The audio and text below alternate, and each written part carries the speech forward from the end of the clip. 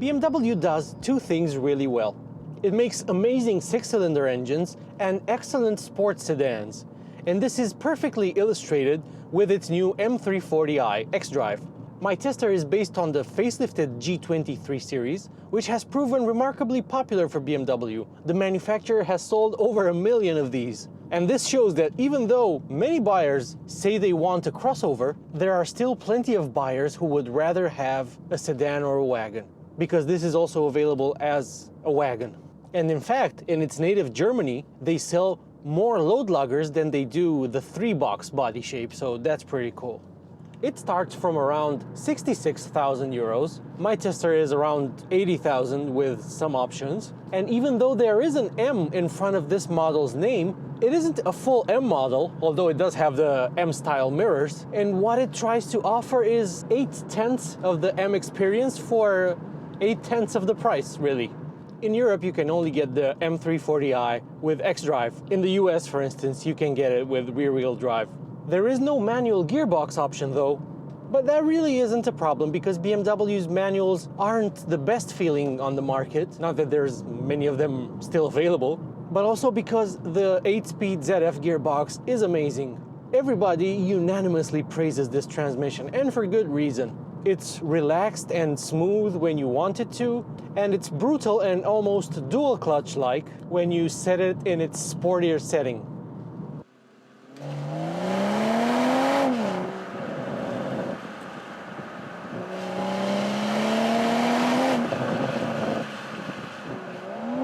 This car also has launch control. Put it in sport, left foot hard on the brake. I think I need to disable traction control.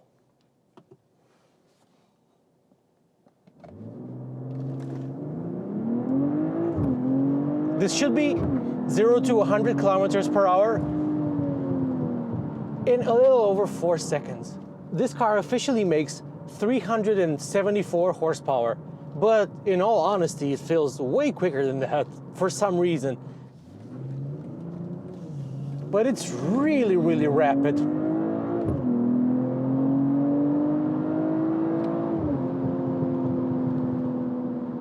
And the exhaust is really farty when you put it in Sport, well, Sport Plus.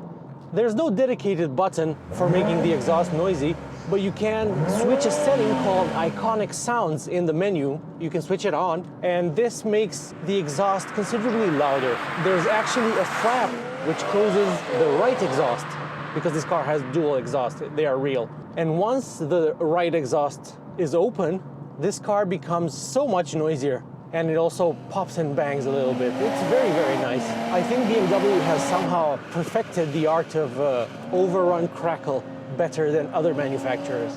It's just a joy to lift off in this car, and even at lower RPMs, like under 3,000. I'm sure Iconic Sounds also pumps a little bit of fakeness through the speakers, but it also does something to the exhaust, so it's not all fake. And it really does work.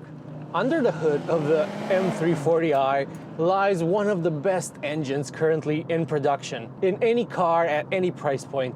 BMW's B58 turbocharged straight 6. It makes 374 horsepower, but this is delivered flat over a 1,000 RPM range between 5,500 and 6,500 RPM. And its peak torque of 500 Newton meters is also delivered flat, but over an even wider RPM range between 1,900 and 5,000 RPM. And this gives the car such a muscular feeling. Given that this vehicle is only available with xDrive in Europe, it's not especially light. My tester is around 1,720 kilograms, so it's not going to be quite as agile as the previous M340i or the smaller 2 Series, the M240i, which is 100 plus kilos lighter, and it has a shorter wheelbase that should make its handling a bit more lively. After driving this car for a few days, I thought it was actually quite thirsty.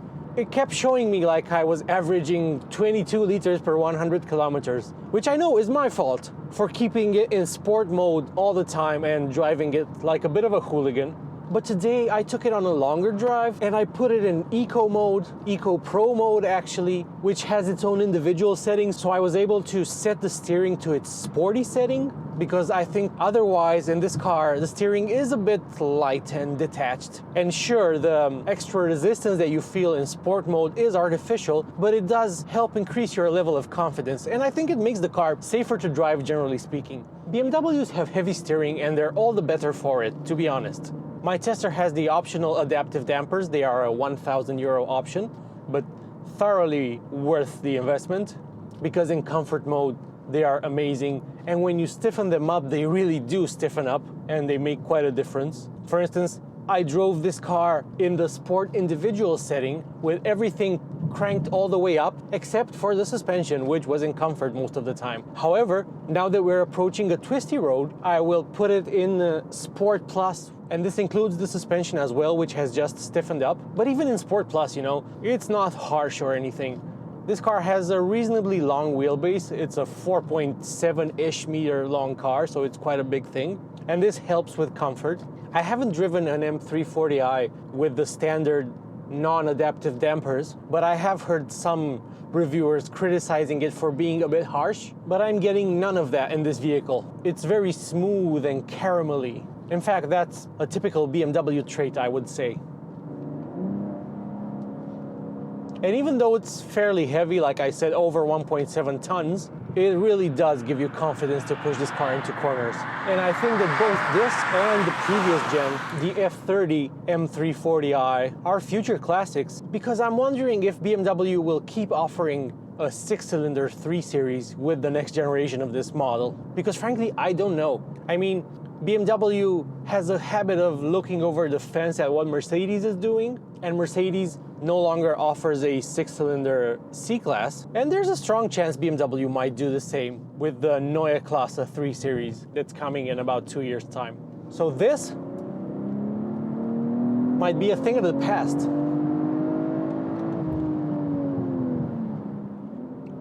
I hope I'm not right about this, but I probably am. BMW will still probably offer a 6-cylinder in the next generation M3 based on the future 3 Series, but I don't think one will be available in the regular model. And that makes this car quite special. What also makes this particular one special is the Brooklyn Gray paint job that I think suits the car very, very nicely. I think BMW improved the G20's look with the facelift, so they changed the front fascia completely. It has redesigned headlights and a redesigned bumper. I'm not 100% sold on the design of the bumper for the M Sport, which is what this car has. I feel like it has like a bit of a mouth, but it's okay. It looks good. It's just some angles that I find it strange looking from.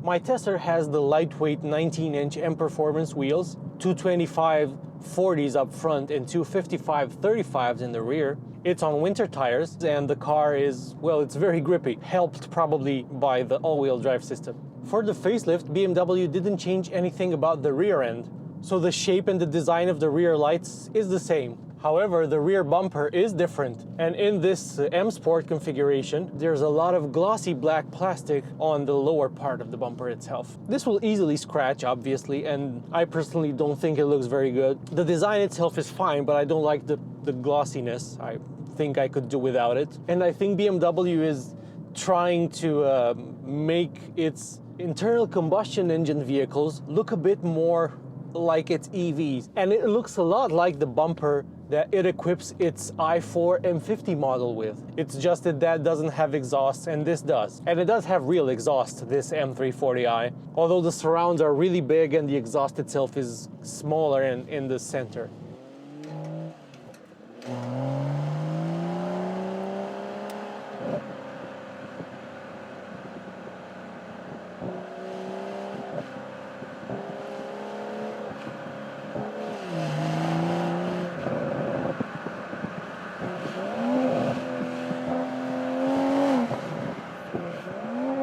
The G20 LCI gets quite a thorough facelift, and you also see this inside the vehicle, where it is a mix of older and brand new BMW. For instance, it has the curved dual screen setup that we saw in the i4 and a few other models. The driver's screen is a 12.3-inch display, and the one in the middle is quite a bit bigger. It's 14.9 inches, and it runs BMW's operating system 8, which I'm not a huge fan of because you have a lot of apps to scroll through. Like, who thought this was a good idea? But BMW will tell you that you can use this quite smart search thing as well as the voice assistant to reach several functions, and you can also set shortcuts by dragging down on this little drop down here. And the fact that you can put your shortcuts there does make it a little less annoying. With the facelift and with the new screens, BMW got rid of the physical climate controls, sadly, I would add. And now you have to press this climate menu thing here, even for the heated seats. And if this vehicle had the new style steering wheel, you wouldn't have gotten the physical heated steering wheel button here. You would have found it in the climate menu here as well. To be perfectly honest, I like the fact that this car has the older style BMW steering wheel in combination with the latest screen and infotainment, because both have good points. And I think this is a happy medium between them. BMW is probably removing physical buttons and relocating many controls to the touchscreen as it prepares to make everything a subscription service, which it has already started, but let's not get into that. So what else does this car have? It has the carbon fiber trim on the dash and here on the console. I think this is the best choice for the M340i. You might not agree, and I also like the cognac leather, which is also really good. But still, most of the changes that the facelift brings don't really affect how this car drives and behaves. I mean, it's still just as sure-footed as ever. The steering is just as sharp as ever, which is to say, off-center, it is a little bit dead. I mean, you don't really get that much feedback. Perhaps the fact that this car has a standard variable ratio steering rack might have something to do with how the steering feels. I mean, even though its purpose is to make it feel sharper and to require you to apply less lock, it just feels that little bit detached. According to an article I found on Road and Track, the 6-cylinder G20 3 Series has a different steering rack from the 4-cylinder engine. Apparently, because the straight 6 is longer and it takes up more space under the hood, BMW couldn't fit the G20's dual pinion rack, which you can find in a 330i for instance, and instead equipped the M340i with the steering rack from the older generation 3 Series, the F30. And if you've driven an F30 and expected sportiness, you know its steering is plagued by on-center vagueness, regardless of whether it is variable or not. When you're in Comfort or Eco Pro modes and you want a little bit of extra acceleration but you don't want to switch it to Sport mode by pressing the button here, you can instead pull on the left paddle and keep it pulled, and the vehicle will move into what is known as Sprint mode. And now you're essentially in Sport mode. Whenever I get in one of these M340i's or M140i and similar M Performance models, I always feel that the brakes are not as sharp as they could be. The rotors are big, they're 348 millimeters in the front and 345s in the back. Ventilated front and rear, of course, and up front you have big 4-piston calipers. But again, I would like them to be sharper. Maybe the fact that I have driven the M3 and the M4 and having experienced what the steering and brakes feel like in those cars, maybe it has ruined me for other BMWs. I don't know. I mean, this feels more detached. I have to bring up my E90 again. But even if you have to apply more lock in that to make it turn, there's somehow a bit more tactility and more feel. And I have the LCI version, so it doesn't have the hydraulic steering, it has electric steering, but it's still better than this. So is the M340i a benchmark? Well, it depends on your expectations. If you want the most tactile and feelsome executive sports sedan, then you will have to buy an Alfa Giulia. The BMW is beaten by the Alfa, but it's not far off. Unless you're an enthusiast actively trying to observe the differences, you're not really gonna notice that much in its between these two. However, as an all-rounder, the BMW is quite a bit better than the Alfa in my book. It has better engines, it has a better interior. The Alfa is still the prettier car on the outside, but I think the facelift has improved the G20's look. It's expensive, sure. You're paying 8/10 of the price of an M3, but that's exactly how much of the M3 experience you get in this car. The steering is 8/10 as sharp, the gearbox is 8/10 as brutal, and unless you're really on it, and again, you're an enthusiast, a driving enthusiast who looks out for these things, you're not gonna notice that much difference between this and an M3. If you drive them back to back, you will start to notice that the M3 is just that little bit sharper and faster and more responsive and stiffer and all of that.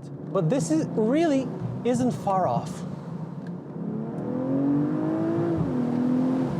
When you drive these cars in isolation, they all feel really, really good. I mean, these sporty sedans with a sport pack, but you have to drive them back to back to really notice the difference. I really love this M340i, but it may not be the car that you want, because instead of, for instance, if you're a hardcore enthusiast, such as myself, and you just have to have the manual gearbox, well then, you should cross this off your list because it doesn't come with one. What you might want to do instead is go for a base M3 with the manual. It's got 100 more horsepower, its engine sounds better and even more vocal and exuberant even, and you get the wider body with the different M trinkets on there. It looks really good. I like the M3, even with the controversial grille.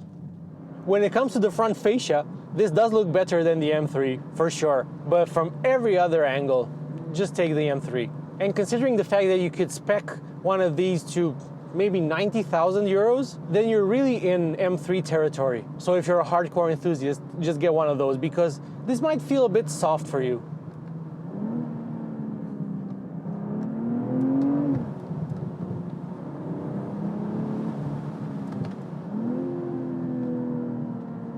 And you have no problem threading it around this narrow, twisty road.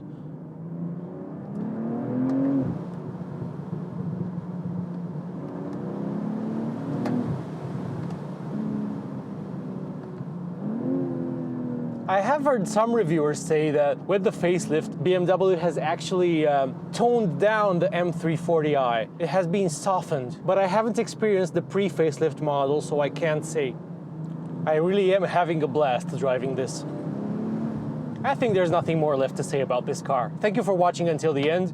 Subscribe if you haven't done so, and I'll see you in the next one. Take care.